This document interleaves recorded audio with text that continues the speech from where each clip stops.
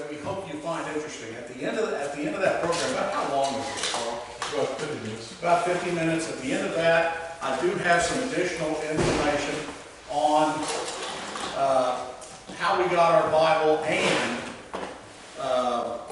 also how God magically protected His Word for 4,500 years.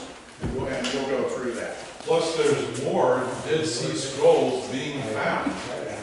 It's a true statement. They just found more in the past few months.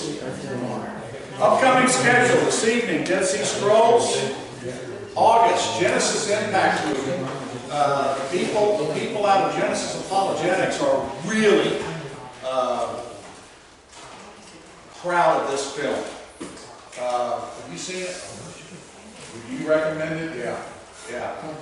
Really this is theatrical film, is it not? I think it was. Yeah, theatrical film could, if there'd been theaters, they would have opened it there. September, Genesis, the Key to Reclaiming the Culture with Kim Ham. If you haven't noticed, our culture seems to be slipping away. And so I think this is a timely piece. October, Terry Reed, one of our directors, will give us a presentation on biblical authority versus church authority, which is becoming a conflict thing in some places, with some denominations, some churches. November, the transgender agenda, along with a piece on genderism, science, and the Bible. And we will look at all those very controversial topics in November. Prayer request: be thankful for the vaccine's arrival and relief from COVID. We've got some members who are still wondering about the vaccines. I'm thankful. I'm thankful to be able to live outside again. Heal our nation from civil unrest and violence in our cities. There's still stupidity going on. Pray that our nation heals and comes together. It'll be a God thing if it occurs, because we are pretty screwed up. Pray for protection of the First Amendment and religious freedom. We're all over the nation this week, today, because of the Texas Democrats leading the state, and now the House has set out an arrest warrant for them. You can't make up cartoons like this stuff. Pray that God will help us in our short-sightedness and our stupidity. There are communiques back there, both hard copies. Hopefully you got yours by email. The lead article is on the myths and misconceptions about the ark and the flood.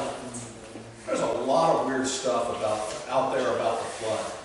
Do you know that Christians can't even figure out how long it took Noah to build the ark?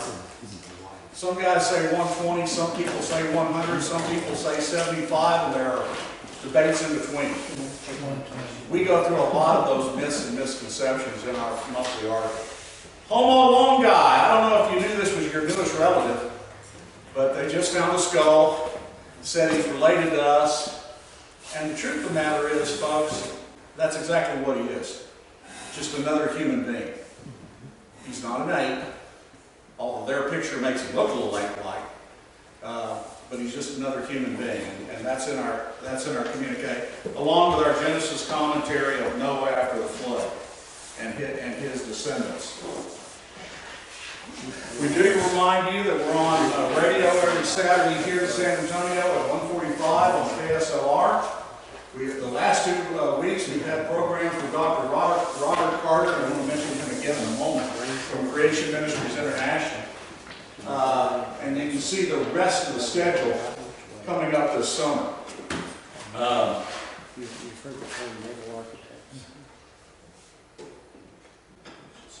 Last thing I would like to touch upon are some opportunities coming up that I don't have on the website yet. I will get them up tomorrow. And also, they're not in the communique. In August, the people at Coker Methodist, and I've got to thank Paul Burrows for this, has gotten us in, and we're going to do an adult combined Sunday school On August 1, I'm going to be presenting on the worldwide flood and just touching a little bit on radiometric dating. The next week, Dr. Carl Williams will do C14 and radiometric dating. I think that's what he asked you to do. August 15 at Coker Methodist Sunday School at 9:30, Dr. Daniel Harris will be talking about alien demonic delusions. September 19 at Calvary Baptist in New Braunfels, Dr. Roderick Carter from Creation Ministries International. That's the guest we had on radio the last 2 weeks. We'll be doing 2 presentations in their morning service and 1 presentation at 5 p.m. on biblical worldview and science, dinosaur fossils and creation, and evidence for creation. Incidentally, board, if you wanted me to try and work on getting him here for the September meeting and pushing some things, we could discuss that. But right now, do know that Robert Carter will be in the area on that Sunday. Anything else that you'd like to ask about or talk about before we get to tonight's presentation? Thank you, Pastor, for coming up from your home to try and deal with us. That's kind of you. It's a machine that doesn't, it's not dealing kindly. It's working just as well as the one at my church. It does whatever it wants to do. Exactly. It reminds me of my grandson. All right. Well, then we will. You gonna have some prayer? We're going to have some prayer. We're going to pray, switch over to the program. I will have to switch source, which I will do in just a moment. But let's first pray as Ed always faithfully reminds me. Lord God, forgive us for our sins and put us in a proper fellowship with you. Thank you for this time together. Thank you for the ability to meet. Thank you for the vaccines and the ability to move forward in life. And thank you for all that you do for us. We just discussed a number of prayer requests, and you know them. We ask for the Spirit to intercede for us for what we should be asking for, and for the Spirit to lead in what we look at tonight. We ask that in Jesus' name. Amen. Amen. Dr. Harris. That's law, as Miss Piggy would say. I'm going to change source and then turn things on. Thank you. Thank you, sir.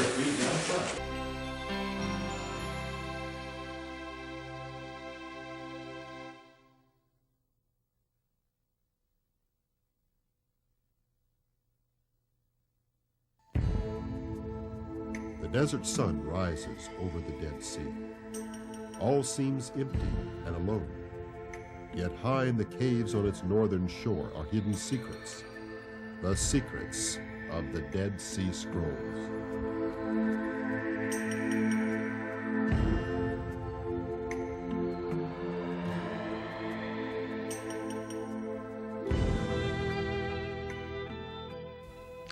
The setting for our story is the Judean desert, an area barren and desolate, receiving only 2 inches of rainfall a year. And yet in an area like this, God chose to test his choice servants. It was in an area like this that Abraham had come and was tested by God concerning his faith. Into this area came Joshua and the children of Israel. Into this area, David fled from King Saul. Through this area, Elijah and Elisha and the school of the prophets worked out their faith. And not far from here, John the Baptizer came, taking those of Israel who were repentant toward the coming of the Messiah and baptizing them in the Jordan River. And so it was some 2,300 years ago that the Qumran community began in this area, so filled with apocalyptic promise, to wait for the coming of the Messiah.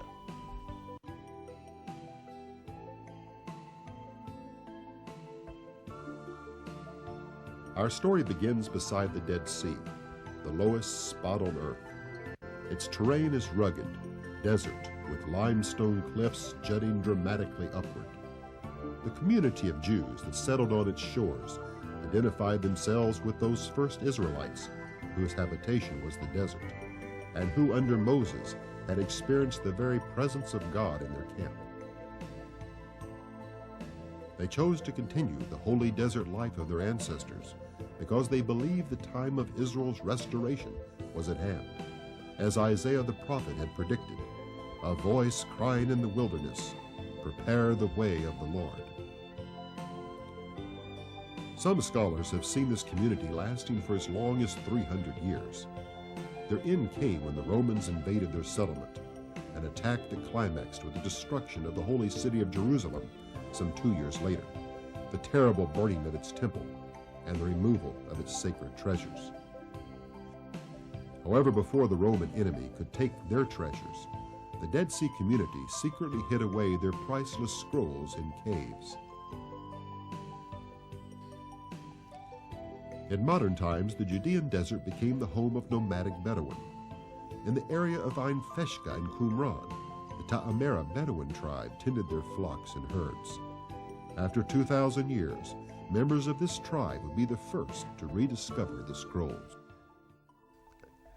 This cave on the northwestern shores of the Dead Sea yielded the first of the Dead Sea Scroll discoveries. From this cave came 7 intact documents, some of the most valuable among all the discoveries. Out of this cave came the 2 copies of the book of Isaiah, the Manual of Discipline, a sectarian document, a war scroll depicting future end-time battles, a commentary on the book of Habakkuk, a copy of Thanksgiving Psalms, and an apocryphal account based on the book of Genesis, as well as 72 fragments, 15 of which included biblical text. The discovery of this cave was first made by a young Bedouin shepherd named today Abu Daoud. He is going to reenact the story of that discovery for us. He was with his sheep in 1935. He climbed from here. He saw this front closed. He saw just this hole. He took a rock and he threw it inside this hole. He heard that he broke a jar or butter inside. And he climbed from this hole. He saw the jar, it was broken. After he threw the rock from outside, he climbed in this hole and he go down to the cave. He find 47 jar surrounded with this cave. He find in one jar of them 4 scrolls inside one jar. After the discovery of Cave 1 became known, Bedouin began eagerly searching through hundreds of caves in the Qumran area. After Abu Daoud and other Bedouins combed the craggy cliffs to the north, they came south to the slopes on the western side of the Qumran community. However, at that time, there was no identification with these caves and the Qumran community. They went into caves 4 and 5 and 6 and 7, looking for manuscript fragments. Here at Cave 4, the mother lode of all the Dead Sea Scrolls were uncovered. However, no intact scroll was found. Some 15,000 fragments were uncovered, many of which are extremely important, not only for the biblical books, but also for apocryphal and pseudepigraphal studies among the Jews. Those 15,000 fragments yielded up some 800 manuscripts, a large proportion of them biblical. In this area, those fragments reveal that the Dead Sea Scroll community favored certain books. There were multiple copies of course, the Manual of Discipline, but also biblical books like Isaiah and Deuteronomy. It was from this cave that many of the manuscripts that have been unpublished for the last 40 years and caused quite a sensation were uncovered. Among them, the Son of God text and the 4QMMT, the Works of the Law. The ruins of the Qumran community lie at the Wadi Qumran. At the end of the 19th century and the beginning of the 20th century, explorers looked at the site, but no identification was made. That identification was to wait until 1951, when Lancaster Harding and Roland DeVoe began work at this site. Explorers continued looking for more scrolls. Then, to the north, a new cave was discovered. In the same area as Cave 1 was this cave, designated now Cave 11. From Cave 11 were brought other documents, such as a scroll of Leviticus written in Paleo-Hebrew script, the ancient Hebrew writing, a Targum or interpretation of Job, a Psalm scroll, and perhaps one of the most valuable of all the Dead Sea Scrolls, the Temple Scroll. The Temple Scroll was larger than any of the Dead Sea Scrolls and contained a minute description of the temple that the Qumran community envisioned building in the future.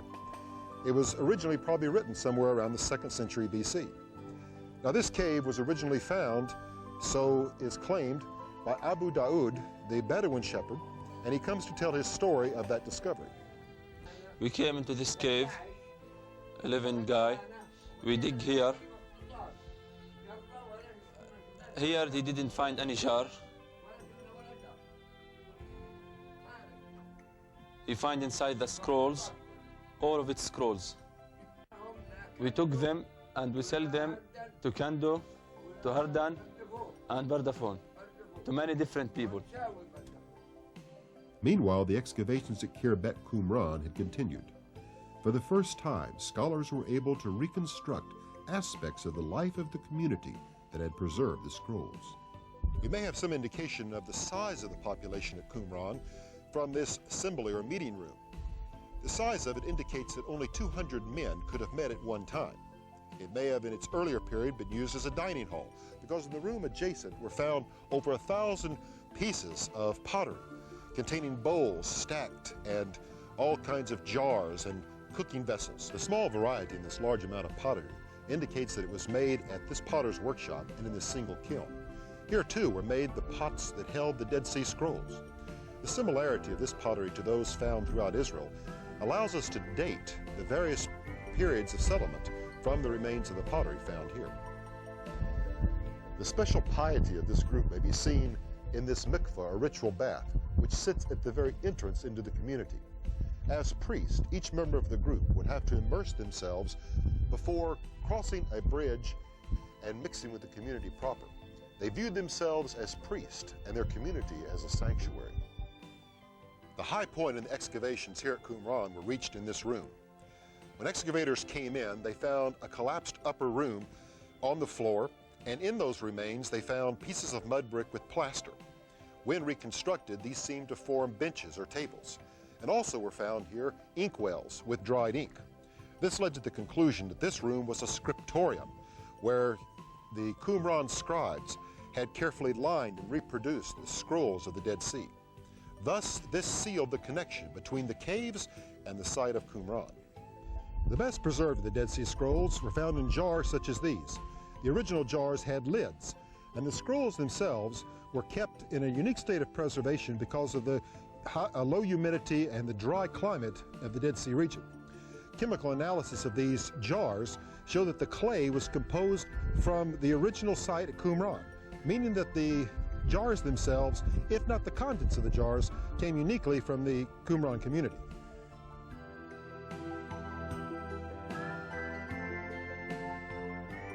Okay, this is one of many storage jars which came from the Dead Sea region of Qumran. These are jars which are made specifically for the Dead Sea Scrolls. What they did, this thing is about the size of a scroll. Scrolls were wrapped up. They were wrapped in linen. Then afterwards, they made this top.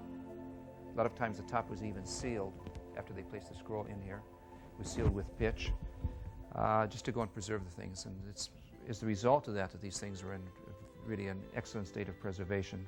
This one's been extensively restored, but we have tens of these because you have to realize that we're talking about 11 different caves which had the material.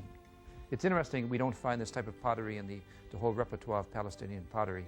It was something which was made specifically for Qumran, for that time and that day, to go and hide the documents. From time to time, people get in touch with us. One of the Genizas is here in Jerusalem. It's out in the west of Jerusalem. And there's a cave there where from time to time people will wander into, and what do they find? They find ceramic jars with old manuscripts, and there are manuscripts in the 18th, 19th, 20th century, and it's just simply a modern-day Geniza. So basically they're doing the same thing today here in Jerusalem. They're putting them in earthen jars, ceramic jars, and reburying them in caves. One of the greatest difficulties that scholars have in working on the Dead Sea Scrolls is being able to read the script or read from the parchment, especially parchment that has been heavily damaged. This can be very, very difficult, either because of darkening or because some pieces are stuck together, or because script has been written over or washed off. And one of the most exciting discoveries in connection with the scrolls in recent years was a discovery that was brought about by the use of multispectral imaging. This is a kind of imaging that was invented for spy satellites, which has now been applied to the biblical text.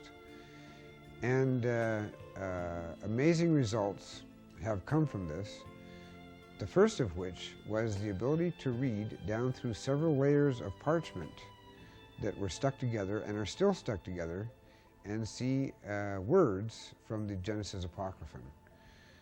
We also have an example of what multispectral imaging can do in the book of Genesis. From Cave 4, what is known as the Genesis B manuscript can now be read, whereas previously it was very, very difficult and impossible to read much of it.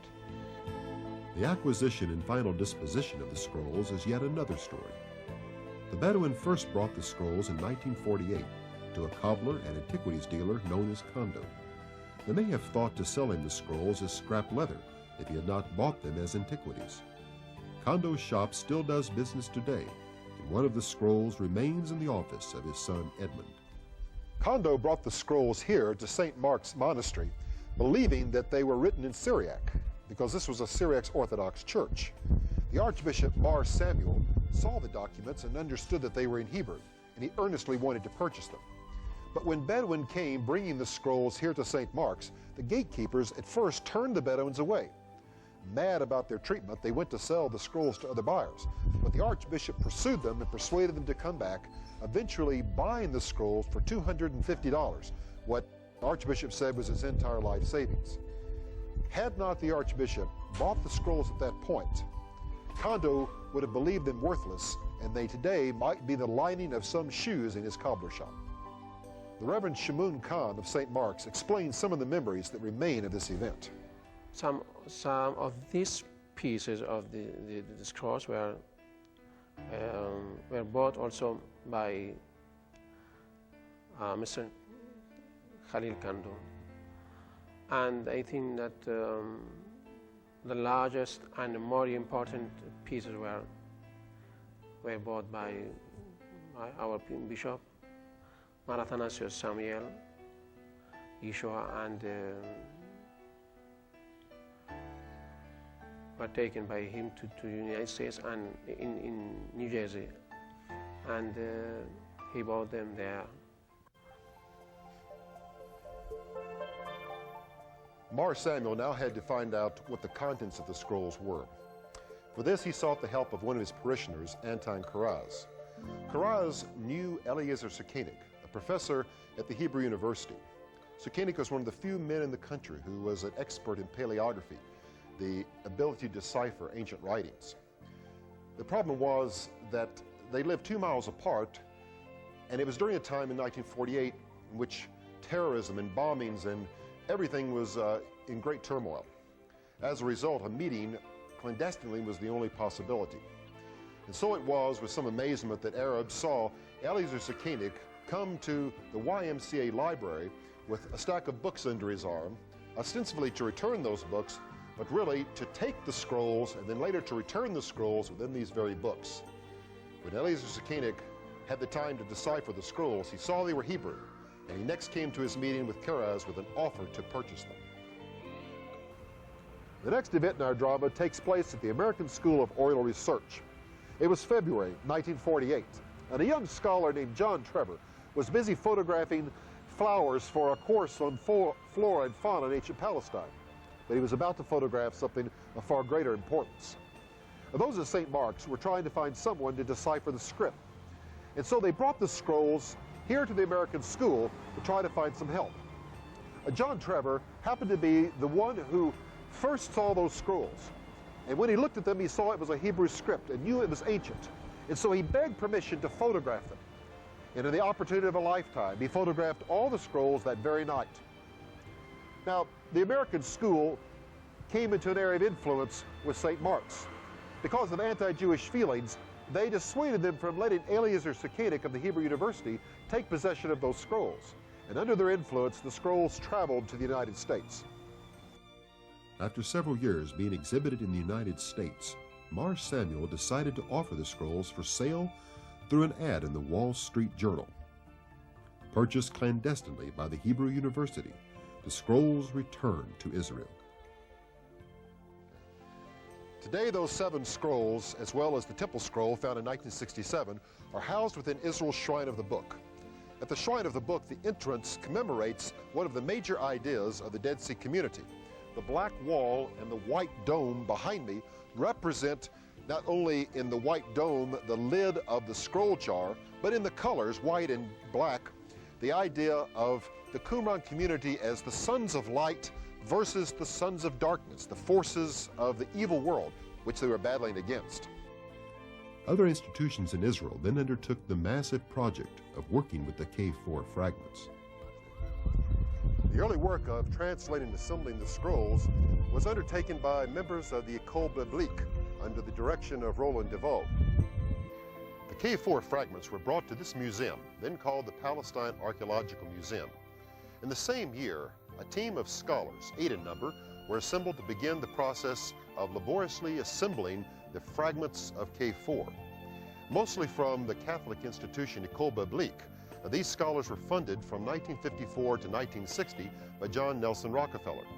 In 1967, when the Israelis during the Six-Day War captured this area, the museum changed its name to the Rockefeller Museum. Today, the scrolls, the fragments of the scrolls that were once on tables lying out where the sun would come in and destroy those precious fragments, are now housed deep in a basement within cabinets located at the lower level.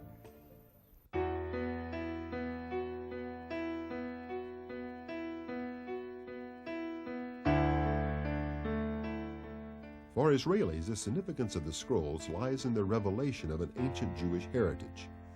Yet it is also significant they were discovered at the very same time as the birth of the modern Israeli state. On the very night Eliezer Sukenik was studying the scrolls for the first time, the radio announced the United Nations vote to partition Palestine and create the Jewish state. A short time later, as the Masada excavations uncovered an ancient synagogue, there was also discovered beneath its floor a scroll of the book of Ezekiel, left by the Dead Sea community. Paralleling the experience of the infant nation, its contents were the vision of the dry bones, a prophetic statement of Israel's restoration. Then in 1967, on the very day Israeli troops captured the Temple Mount, General Yigiel Yadin captured a lost Dead Sea scroll, whose message amazingly detailed plans to build a new temple. The main importance of the scrolls for me is that they help us understand how the Hebrew Bible was written and how it was passed along and how the books which are presently in it ended up there. One of the first questions people ask about the Bible is, why are the books in the Bible that are there? How did they get to be there? Who wrote them? How was the writing done? What was the process? And those were very difficult questions to answer because the oldest copies of the Hebrew Bible we had up until the discovery of the Dead Sea Scrolls only dated to about 1000 AD. And that meant that there was over 1,000 years between the writing of the last book of the Hebrew Bible, probably about 325 BC, and the earliest complete copy of the Hebrew Bible. With the discovery of the Dead Sea Scrolls, we're brought back almost within a generation of the writing of the last book of the Bible. That is to say, if the oldest Dead Sea Scroll is dated at 250 BC, and some would date the oldest ones as early as 300 BC, there's only probably 25 years or less between the time that the last book was written and the earliest copies we have of at least part of the Hebrew Old Testament. That gives us a great deal of confidence about the text and the way it was passed along, because we're able to compare what has been passed to us, which are later copies but represent a very early text, and what we have in the scrolls, however fragmentary it may be. In the days that the Dead Sea Scrolls were being written, there were a number of languages used in this country, and you can find them in the Dead Sea Scrolls. Greek as the international language of those days, I would say like the English of today. Aramaic as the earlier international language, perhaps we might compare it to French. And then the language of the local people, which was Hebrew. And the Dead Sea Scrolls have this great significance that no one realized how much Hebrew was being used in the land until the discovery of the Dead Sea Scrolls. We know so much more now about the biblical text, and I think the most important thing to say beyond the factual knowledge on this text or that text is that simply we realize that in Qumran there was a variety of biblical texts. There was not just one Bible. There were spelling differences as well as small and major differences between the texts within the Qumran community and by implication also in all of ancient Israel. I think this is what we have to keep in mind, and this certainly gives certainty to assumptions that were being fostered previously. And this is a major contribution of the scrolls to our understanding. The longest and most extraordinary of the Dead Sea Scrolls was found in Cave 11 here at Qumran. The Temple Scroll, as it is called, because it contains a description of the rebuilding of the Third Temple after the great apocalyptic war that would take place between the sons of light and the sons of darkness. The Temple Scroll is much more interesting because here you have, I think, a serious attempt that fits a pattern among the related literature to that we find at Qumran to just set up the architecture of the temple in anticipation of God's restoring the temple precinct to the rightful guardians. And so it is in continuity in a way with Ezekiel 40 to 48. So I think Temple Scroll here in its similarities and differences to the presently at that time existing temple in Jerusalem falls into this category of a people that feels that God is giving them the distinct architecture and then later opportunity to reestablish the proper holy temple within which God can take delight and dwell and thus again bless the land and the people. Is incredible figures. The temple, according to the Temple Scroll, must have been as big as the old city today. And I believe it'll take billion upon billions of dollars just to level the ground before building. So, I mean, it is absolutely impractical in this sense, but they didn't worry. I mean, this is the Lord that's going to build it, or the Lord will enable it to build it. Jerusalem, according to New Jerusalem, must have been gigantic, bigger than any modern city. On the other hand, they were very, very practical. They paid attention to every detail. The Temple Scroll is very important for the trial of Jesus as a historical document. For example, it has a very interesting section on Deuteronomy chapter 21 and the passage 22 to 3, in which here the punishment of hanging a man on the tree is here mentioned. And this passage is interpreted in the temple scroll and related to crucifixion, in contrast to the Pharisees who said that this is an additional punishment for a man who has been stoned, and he will be then just hung up for an hour or two as a kind of additional punishment here on a tree. The Qumran scrolls really think here that this passage is a punishment of crucifixion for a man who betrays the whole nation to a foreign power like the Romans. We can no longer say here that here the Jews were not involved in the trial of Jesus because he was sentenced to the death sentence of crucifixion, and this is a Roman punishment.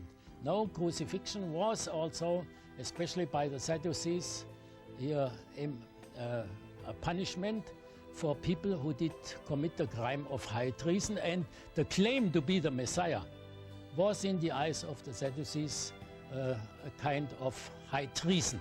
He betrays here the whole nation and Jerusalem to the Romans, as Caiaphas says here very nicely in John 11:49.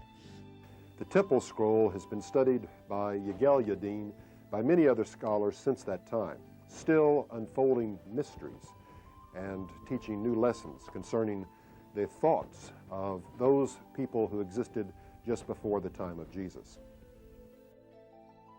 The scrolls also have a special significance for scholars of the New Testament. Take the site of Qumran as a phenomenon. It's a site that is the only place that we have in all the land where you can say comes from the time of the New Testament, that we have a primary literature, we have which is the literature written themselves, and not just copies of it for many generations later, but the actual items they held in their hands. We also have scriptures from that period in which we can confirm readings or check readings that we have in our Bible against actual biblical texts that they had in their hands. They are quite significant for the understanding of Christianity precisely because they were written before Christ here preached the gospel and John the Baptist called for repentance. And there are especially common subjects, for example, the expectation, I would say, of the coming judgment, that the coming judgment is at hand, and therefore that the people of God should be prepared for this coming judgment of God and his coming on earth, and prepare the way of the Lord here. They know that all these scriptures must in fact refer to them, even though it seems a little unlikely in some cases. And for the early Christians, a very similar dynamic is going on. Because they know that in the resurrection of Jesus, God has finally fulfilled his promises, they go scurrying off back to the scriptures and say, hey, these really are all about us and what we're doing now. And you can see the beginnings of that in Paul going on into Hebrews and the rest of the New Testament. The desire to apply the Old Testament prophecies to modern times is evidenced in the Dead Sea sect's search for the Messiah. This search is seen, for example, in marginal markings of messianic and prophetic text in the Isaiah scroll, and collections of messianic passages from the Old Testament, such as 4Q Testimonia. They remained standing on the threshold of the Messianic age, but never passed this threshold. That's the difference between them and Christianity. And that's the difference between them and Judaism that never got to this threshold. They take on a sort of middle stand between these two movements that came out of biblical Judaism. Actually, there's a fourth one. The Samaritans who never developed the Messianic idea because they have only the Pentateuch and not the other books on which the Messianic idea is founded. Now, what is for me the most interesting thing is this, that in the same hill here on Mount Zion, there was also, according to the very ancient tradition of Jerusalem, the center of the first Christian community, where the Judeo-Christians, the first Jews that believed in Jesus, had their community.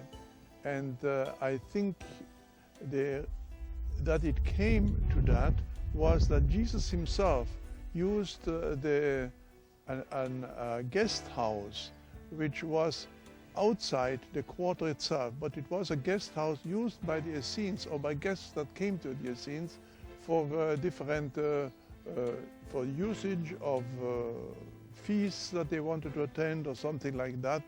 We know that the Essenes were very, very hospitable. And I believe that Jesus himself used a guest house like that for his Last Supper. That was still a formative period in the understanding of what this future Messiah would be and should be, how he was going to be born, out of what stock, out of which village.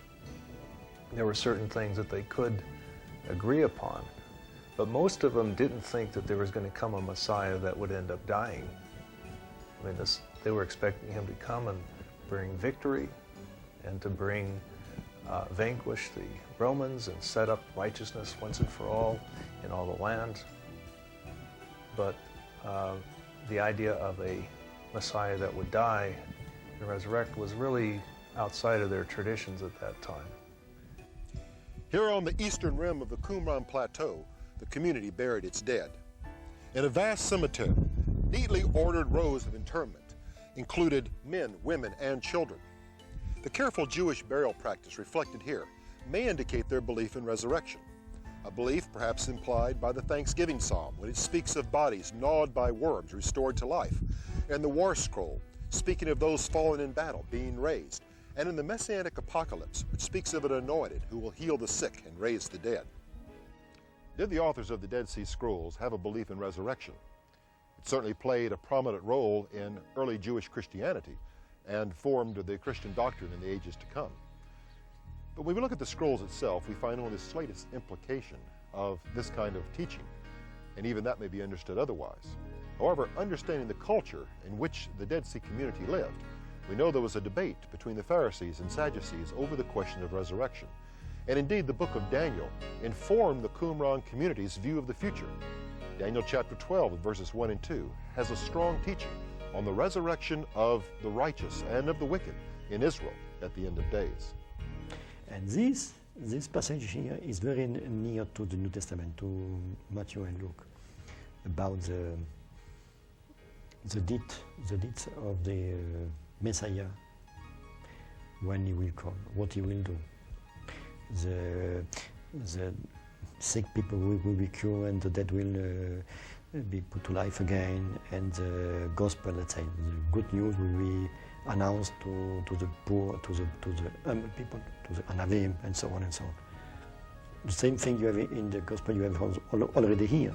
Now I have seen instantly that this text describes the wicked ruler of the last days. For me, Son of God text is not Son of God at all. For me, is a text, let's say, is an apocalyptical text, kind of pseudo Daniel, very close to Daniel text and composition because of the language and so on and the content, and it's not at all messianic. Is apocalyptic only, and I still think that it is a negative figure, character behind this text. And it must be Antiochus IV, and I think is the best. Because he called himself God and Son of God. And I have discovered in another study a Jewish text in Lactantius where he names himself Son of God. So, the contrast between the eschatological rule of the Antichrist and Christ is here in an interesting contrast. It was in 1977 that I made an excavation in a Protestant cemetery, and I found there the gate which I am sure Josephus Flavius referred to as the gate of the Essenes. It was at the end of the wall that comes from the citadel on down the western side, and towards the end of that wall was that gate, which he calls the Essene Gate. And with further examinations, I found out there was not only a gate there, but that the old scholars were right that said, many scholars before me said that wherever that gate was, there must have been also an Essene community close by. We are now sitting here in the place where the Essene community must have lived. And here also in this area, just about 20 meters from here, we have a ritual bath, the remains of a ritual bath, which was used by the Essenes, and not far from it, a little towards the wall of Jerusalem, we had another one, and with steps going down and steps coming up. And in places where this wasn't possible, a dividing light in between, like a hump in between. So this is, these baths are so big that we would say they didn't belong to just to a family or a smaller group of people, but they belong to a rather large group of people. They were very large ritual baths, and they indicate that they belong to a community. Scrolls are surely significant to the study of the New Testament, but have any copies of the New Testament been found among the Dead Sea Scrolls? The empty space between the two peaks behind me is all the remains of Cave 7. This cave was the Cave of Surprises. 19 tiny fragments were taken from this cave, all of them written in Greek. Now, of these fragments, 2 were identified as Old Testament books, the book of Exodus and Jeremiah. The other fragments so far have defied decipherment. However, Joseph O'Callaghan in 1972 shocked the scholarly world by proclaiming that these fragments were actually parts of New Testament documents. He identified parts of Mark and Luke and Acts and the book of Timothy. Scholars are still very skeptical about his conclusions because so little of the text actually remains. I don't agree, of course, with some people who say that you have some pieces of New Testament in common. That is a stupid answer and even question. I wrote about this already, to deny this. And they are wrong readings. If you read in the wrong way, you can find everything you want. But please, what is written is written. And it's New Testament in Qumran. It's just not a surprise at all, anyway.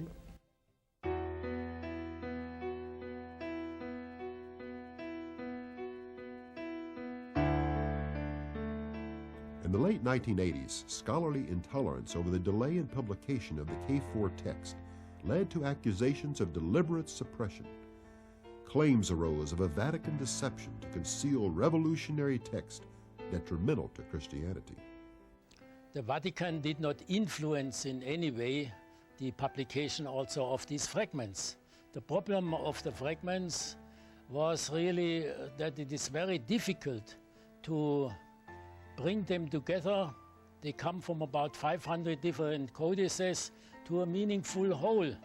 And there was no problem that the Vatican did delay this publication. On the contrary, they all wanted to finish it as soon as possible. And the fact that there were Dominican fathers in this committee as the most prominent figures, this was just there because there was the École Biblique in Jerusalem, to which these fathers did belong, and they were the most capable ones for deciphering and bringing together these many thousand fragments and publishing them. So there can be no doubt that the Vatican did not want to influence the publication of these fragments because it was afraid that they would do some damage to the Christian faith, that there were some explosive material in these fragments, as this was claimed here by Eisenman and this journalist Bagent and Lai. There can be no, this is simply an invention of these journalists in order to make here the publication of these scrolls here more exciting for the public. But scientifically speaking, the Vatican did not influence the publication either of the scrolls nor of those fragments. In the early 50s, when the first few caves were discovered, there were enough French scholars at the École archéologique française then to be able to handle all the publications of those scrolls found at Wadi Murabbat, those that were found in caves 1, 2, and 3, and even several of the other minor caves. But with the discovery of Cave 4, where there were hundreds and hundreds of fragmentary scrolls, Roland Deveau, the director of the expedition, actually then had to call in help from outside, and called in both Protestant and Catholic scholars from various countries in the world to come and help. But this only added up to about 6 scholars to handle between 800 and 1,000 fragmentary manuscripts. They did an expert job in putting these fragments together out of thousands of pieces. This really represents only a small, minute amount of what was originally there. It's like dealing with a 1,000-piece jigsaw puzzle, for example, and all you have are about between 50 and 100 pieces left over of that puzzle. None of them have joins. They don't have interlocking pieces, and they don't have a clear picture to work with. It was a big task. There is no evidence whatsoever for this having been done by the Vatican or any Catholic source, and I wouldn't know what they would gain by it, and this accusation is to be heard until today, now that all the photographs are available and people see that there is no fragment which could have even instigated the Vatican, so to speak, to suppress or to burn. Even now people sometimes continue with this accusation, saying, well, you don't see the photograph, that means that the Vatican burned those fragments. This is all nonsense, and we don't really give any serious thoughts to it. It's not a scandal at all. But the problem is to try to have a maximum of fragments altogether in order to understand better. If you have only piece and piece, you can do nothing. And with some of them, you can do nothing. But when you put pieces, you have a text. And after you can use them to build theory or to destroy another one and so on. And we have nothing to hide. Why? And nothing can go against the Vatican or against the Christianity and against the religion. This is nonsense. All these photographs were published in a microfiche edition in June of 1993 and are available to anybody who wants to look at them and to study them for scholarly purposes or merely to see what's really there. After the team had been a very small team, in fact, from the beginning, it was by the organization of my predecessor, Professor Strugnell, that the team was somewhat expanded. After all, that's when I myself also entered into the picture. So you might say that from an original 8 or 9 scholars working on the scrolls, at his time there were some 20.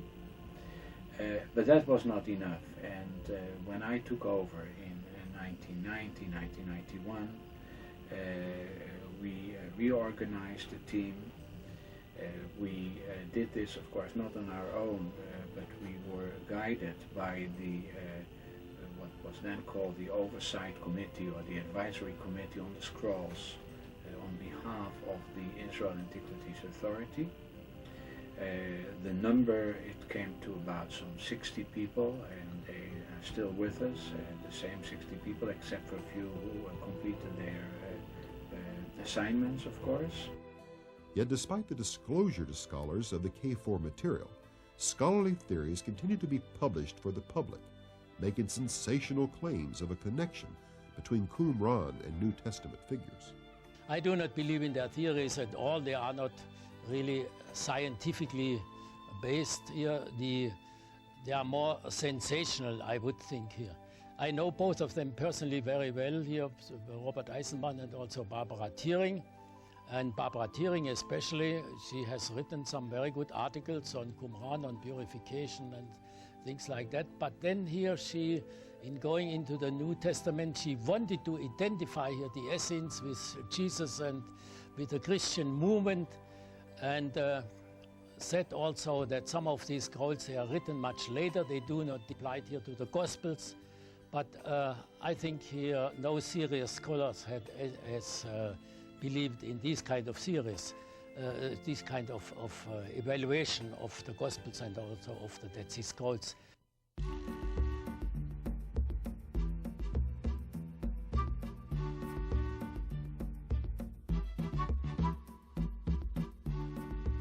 Though the Dead Sea Scrolls have been with us for over half a century, the search for new scrolls continues today.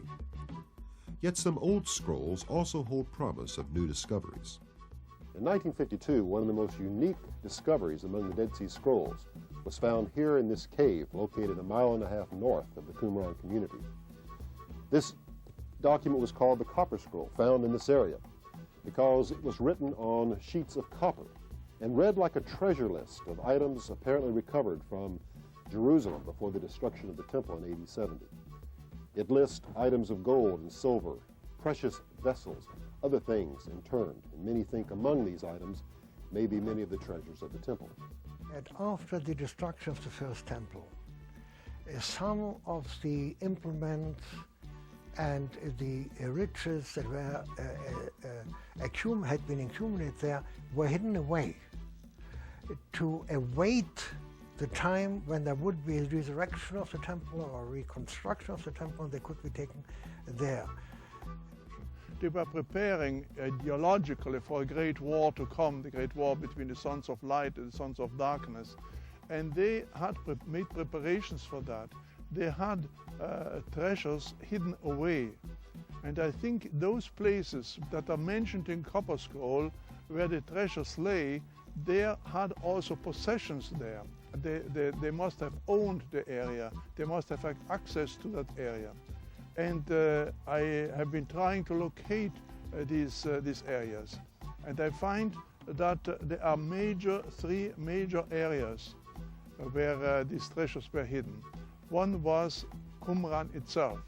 Qumran, which was not called Qumran, of course, is an Arabic word, Qumran, but it was called Sakaka. Sakaka, which is already mentioned in the Bible. The other place was here on Mount Zion, where the Essene Gate was, and right where we are, just here below us is a big cistern where things were hidden. Another one is close by with a kind of a pillar in it. Yeah, and in that pillar itself, something was hidden. The cistern still can be seen. If the Copper Scroll proves to be a valid treasure map to hidden temple vessels, then we may expect in the future some discovery of such items in these areas. In 1988, Joseph Patrick excavated this cave, and his assistant Benny Ayers uncovered a vial of liquid.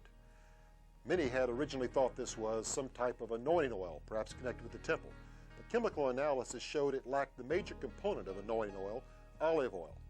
It's perhaps rather some type of body lotion. Between 1947 and 1965, more than 1,100 texts were found in the desert. But the last ones were found in 1965 in Masada. From 1965 onward, new texts were not discovered, and some work were done. And when I went to excavate this cave in Jericho, people told me, look, there's no more things to find in Judean desert because everything was found by the Bedouins, and basically we're late and the Bedouins took everything. And the proof was that between 1965 and 1986 nothing had come even to the antiquity market. But it took me a while before I start making decision about what we're doing now. But I think speaking about 86, a month later, I was excavating the terrace, and over there in this terrace I found out of the 5 documents, I found 4 documents in half an hour, and that was, that's what really happened again in '93, because when I was excavating underneath this cave in '93, when I realized that the monks that came to the cave in the 14th century just threw the dirt out, and if I'll excavate it underneath the cave. So it took me a while to understand that those monks who came and settled in the cave in the 14th century just threw dirt out, and if I will look underneath the cave, I will find more things. So I want to do this square underneath the cave. And I was excavating there in '93, and I found 15 documents just lying there underneath the cave. So I have 15 documents from the Bar Kokhba revolt who were just lying there in '93. After the signing of the peace accord between Israel and the PLO in September of 1993, the Israeli Antiquity Authority, under the supervision of Amir Drori, began new excavations at the site of Qumran. Here at Cave 4 and the Qumran community, some of these new excavations had taken place. Recently, 4 new caves were discovered in the Qumran area. Undisturbed caves such as these have led discoverers Hanan Eshel and Magen Broshi to speculate that they may soon extract new secrets from the Dead Sea caves. Basically, what we had to add to our knowledge was that the conservative view can be supported by the finding that we had found here. In Cave C, that you can see down below, we found on the floor more than 100 body shirts of different pottery pots. We found cooking pots, we found storage jars, we found dishes, we found some coins in the cave. And in Cave F, which is a collapsed cave, we found 1 storage jars and a bowl. The problem is that most of the caves are collapsed, and it was very difficult because of safety problem to get to the level of the floor. Only on Cave C we got to the level, and there we found a lot of pottery. Now, another thing that we did was walking on those trails. We found the main trail leading from Qumran to Cave 1, and on this trail we found dozens of nails of different shoes of people who were walking here, and I think that this proves that people walked here on a daily basis. The assumption that the size of the community was about 200 people can be now supported by what we had found here. And it's impossible to assume that only 15 people lived here and they had a storage room with 1,200 dishes. It just doesn't make sense. So I think that what we have done, we just supported the conservative view that we have here. The religious sect that lived here, and that was their community center, and people were dwelling all over the places. And if our feeling is correct, they lived in tents in those man-made caves, during the summer, while during the winter, when they were frightened of collapse, they moved into tents like the tents that we had found on the plateau. In the spring of 1996, Dr. James Strange began excavations on the Qumran Plateau. While the excavations themselves do not reveal anything particularly significant, as the excavators were taking their dig remains and dumping them against this wall somewhat outside of the settlement, some amazing discoveries were found. Here were found some Persian period perfume bottles, 3 pieces of ostraca inscribed with 16 lines of text, listing some dates as well as articles, and then also a jar handle stamped with the words Ha-Melech, the king. Are there other caves along the Dead Sea where new manuscript discoveries might be found? Undoubtedly, the answer must be yes. This cave, for instance, with a collapsed front and center, has never been excavated. However, just scratching at the surface a few moments ago, we found pieces of pottery shards, which is part of a rim of a jar, and a piece of papyrus. Who knows what might be found in a cave such as this, and many other such caves exist. I was proven that if you work, there is a chance you'll find something. There is no rule about this. We entertained high hopes to find more manuscripts. If we are right, more manuscripts ought to be found. We have looked at the settlement of the Qumran community and at the scrolls themselves. Now, after a half-century of research and the publication of new documents, we may have as many theories and questions as ever before. Yet, this leads us to the exciting realization that in the years to come, we have much more to reveal from the secrets of the Dead Sea Scrolls.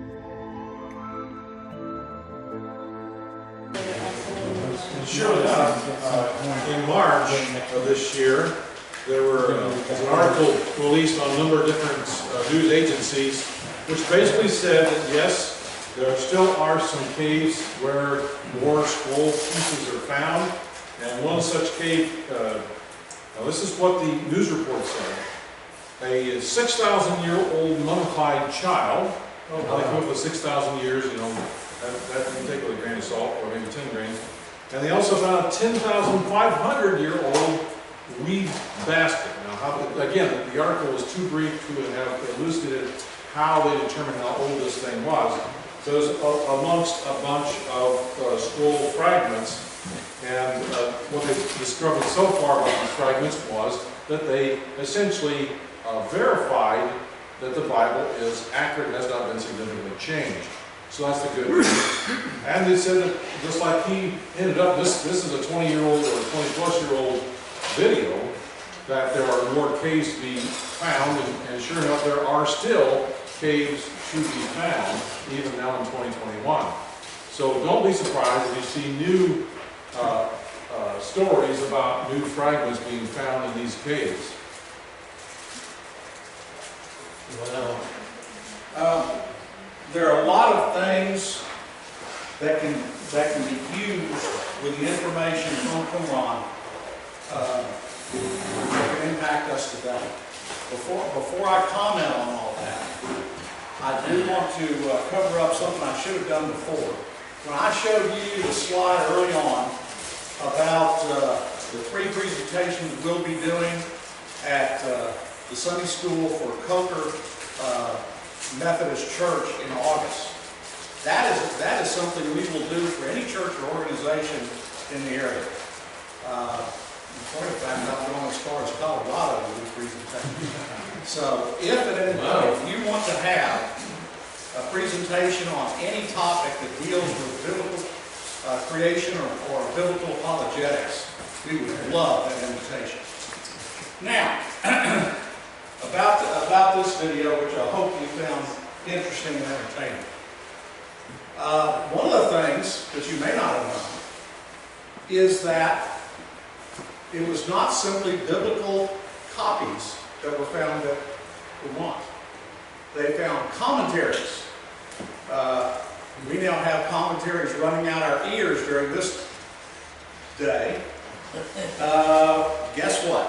They were in that boat 2,000 years ago, to where there were commentaries. Another thing that was found, besides the commentaries, besides the temple scroll which described things, besides apocryphal pieces, were both what I will refer to as mainline texts, which are in amazing agreement with what we have today, and some texts which people put in their interpretation. They were supposed to be copies of the Old Testament, but they kind of wrote in their own interpretation of things.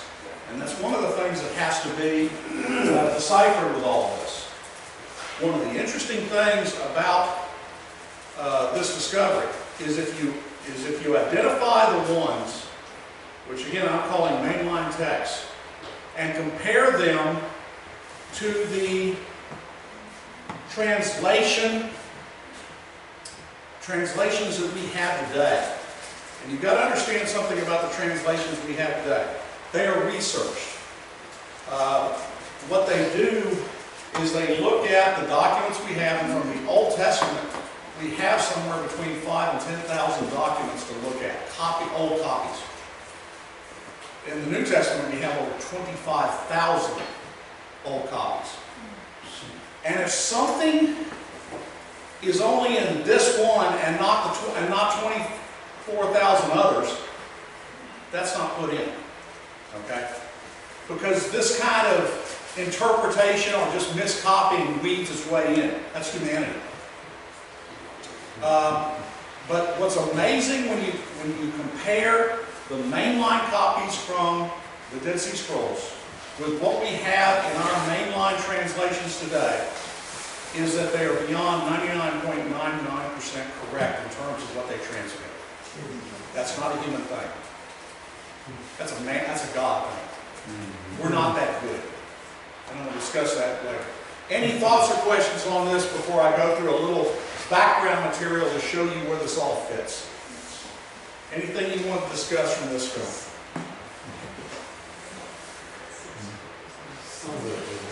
This is a negative comment, so I'll shoot it out on that. It's hard sometimes to understand the direct subtitles for what they actually said. So because I miss some words that I don't know what was said. You're dealing with a lot of people who are not native English speakers and speak English. But no, the subtitles were a positive thing in terms of that. It would have been great to have all subtitles for all. True statement. True statement. Anything else you want to discuss about this film?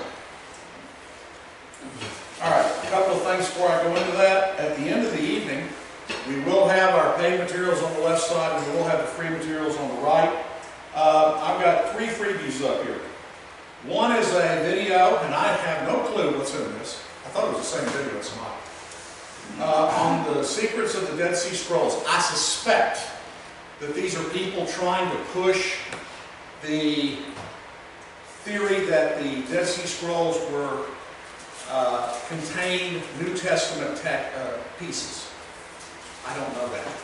If somebody wants to check this out, I'll give it to you for free. I do not verify the quality or the content of that video. But if somebody wants it, I'll take it. You can come get it afterwards.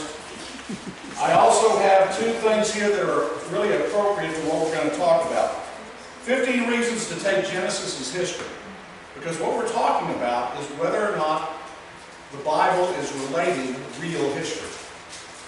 And how did we get our Bible? Did you ever figure out how the Bible all came together and how we got it? Amazon. Yeah. You guys on Amazon? Yeah. Sadly, the situation is worse than that. We're talking about a committee. I hope he doesn't go to this church. Okay? And that ought to scare you. But it's also a God thing about how it came together by committee. And so all of that's there. These are all freebies that one person can come and get 1 each. All right, what about protecting His Word? In the first 2 centuries after Christ, both the Jews and Romans tried to eradicate members of the Way. That's what they were known as in the first century. But these were Christians and their writings. Both survived and thrived. Voltaire, a philosopher in 1750, said that in 60 years there should be no more Bible. Bold statement.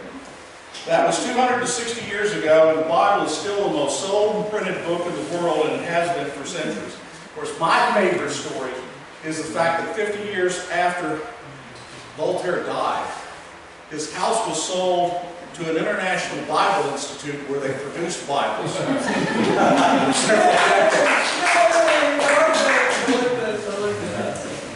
One of the challenges with God protecting His Word is just how bad human word of mouth is. I could recreate an experiment I'm not going to tonight, but when I first started in the biblical apologetics 35 years ago, I did this experiment. I gave a group about this size, we had a little bigger, we had about 30 that night. And I whispered into one guy's ear, Jim went to the aquarium and saw many fish and took pictures of some of them. And then he whispered it to her and her to him and him to him, and it worked all the way around the room. How good were they? Not very bad. Yeah. By the end of the last person to come back to me, he said he went to the coast and caught many of the biggest fish in history. He has the pictures to prove it, and some of the fish are now in SeaWorld. Okay? And that was just in about 5 or 6 minutes, 7 minutes around the room that night. How good are we at word of mouth? We stink. To make it very simple. May I say something? Yes. I'm sorry for my humor earlier. I have a bad sense of humor. Yeah. But one difference is, when they copied these, they counted the number of letters and the number of words in each line on each page. And when they got to the bottom of the page, if that didn't match up exactly, they tossed it out. And so their process was extremely careful. Now you're talking about the process that was used by the Old Line Main Hebrews in their copying and by the Maccabees. And that's exactly right. However, did everyone do that? We already have evidence from what's found in Qumran that the Essenes didn't always do that, that they added in pieces. And that's why you've got to pay attention to mainline text. You've got to pay attention to what all of the texts say and not go after these things that were definitely added by people.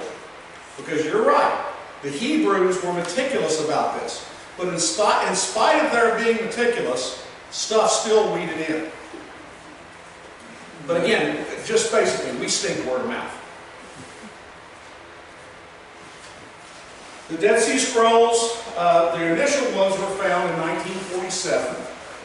You now have seen that substantive scrolls were found in 65, 96, and now 2021, early this year.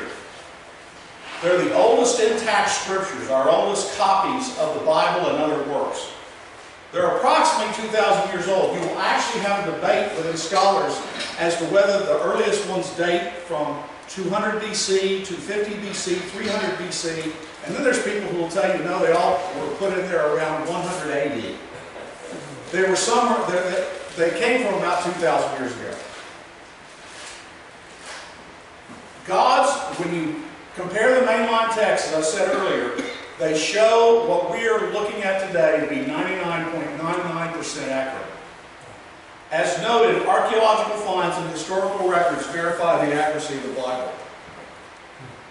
Now, there are different manuscripts out there.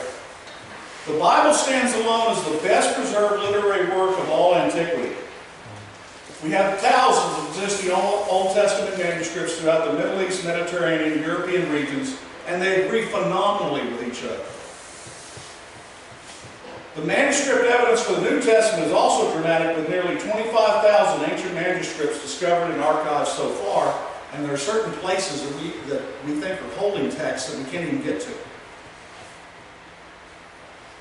Now, as people, especially in our secular society today, take pot shots at the Bible, they say, well, you know, it's just the writing of men and it's changed over the years. You're not even near the original manuscripts, anywhere near.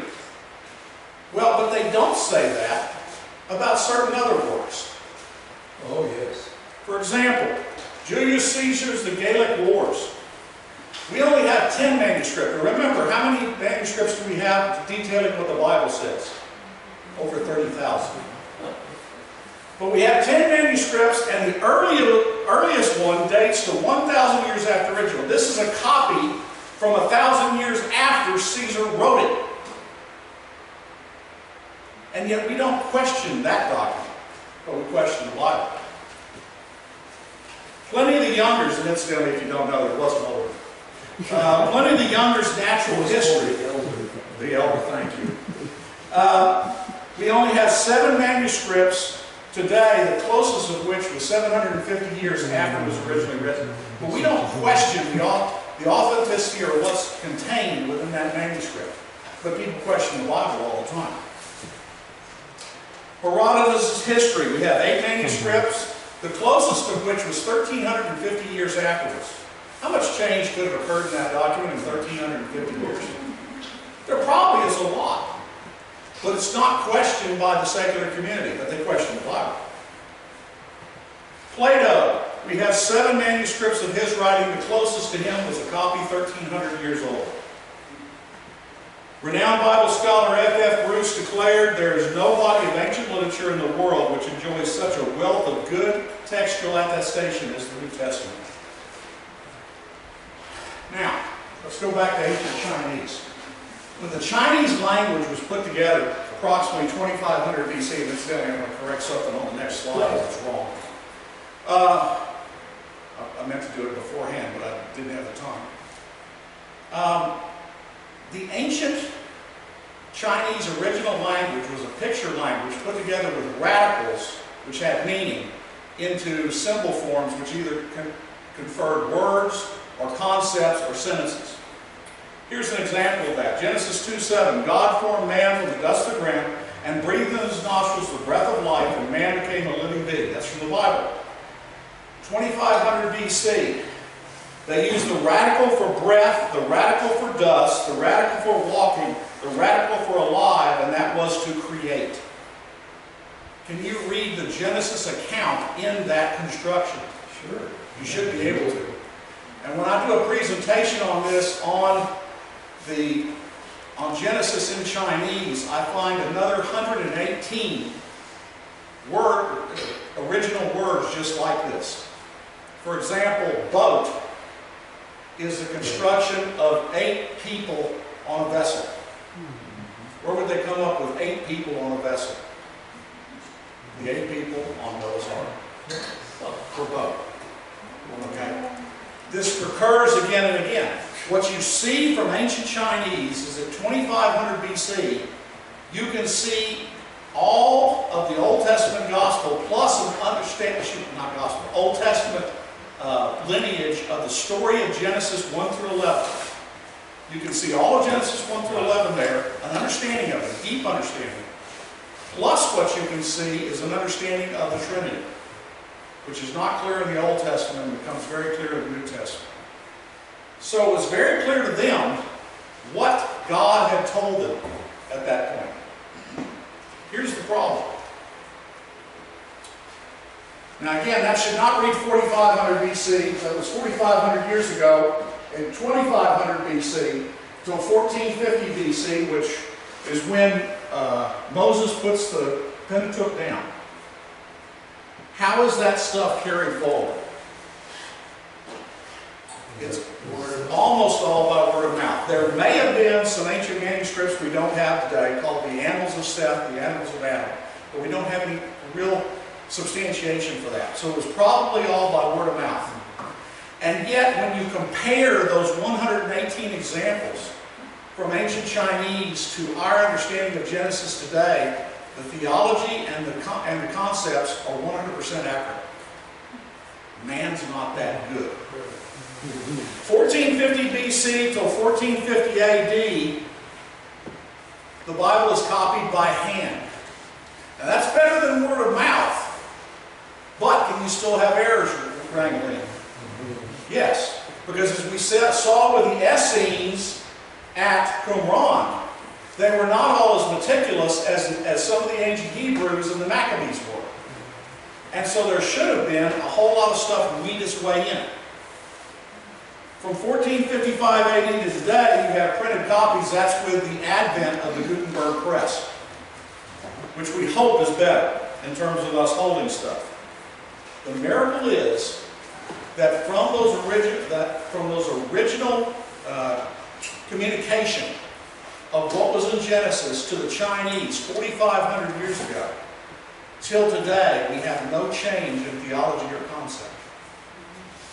What should have happened as it went around the room? It should have lost everything. That's a God thing. In spite of whole nations who would eradicate Jews and Christians in their writings, they have proliferated throughout history. In spite of human and technological limitations, the Bible shows inerrant accuracy to an unbelievably miraculous extent, by word of mouth and by copy. This is God's unmistakable fingerprint on history and His Word. And that's where I think what we looked at today in terms of the Dead Sea Scroll, that's where it fits in this narrative. Your thoughts? Thoughts, comments, or questions before we end the meeting? I would like some commentary about one or two of the guys who were making statements about what they believe, whether they were pro or against the biblical narrative. In other words, they gave some evidence that they didn't believe this. What's your claim to fame? Why do you not believe it? Without somebody to referee that, I'll go. I don't know how to say it. Yeah. And you can create a whole different video from that, because each one of them would have their own bias and special interpretation of what's going on. Because just because they are a study of ancient biblical antiquities does not mean they're a believer either from an Old Testament Hebrew extent or a Christian extent. Yep. It's very diverse. Anything else? Next one. We're going to be looking at the Genesis Impact movie. We may have a 5-minute presentation by John Pendleton. I invited him to do that on an update on what he's doing. Daniel had a question. Yes. I didn't have a question, I had a comment. Go ahead. The scripture says that we are to take the testimony of 2 or more witnesses and establish everything on the basis of 2 or more witnesses. Now, surviving, there are 3 texts of the Bible in Genesis that are available to us now. And when 2 or more of those agree, it seems reasonable to suppose that the one who disagrees might be wrong. That's what I've done in constructing the history, using the numbers from the 3 different texts. And incidentally, that is exactly what the people at the committee in 300 AD did when they decided upon what was to go into the Bible and what was not. And it's what our translators do today when they decide what to put into the text and what not to. So that's what I've done, and it turns out to give a good chronology accurate to 1 year. Which is exceptional work. We thank you for being here tonight. Again, we have the 3 offerings of free stuff, 1 per person up here.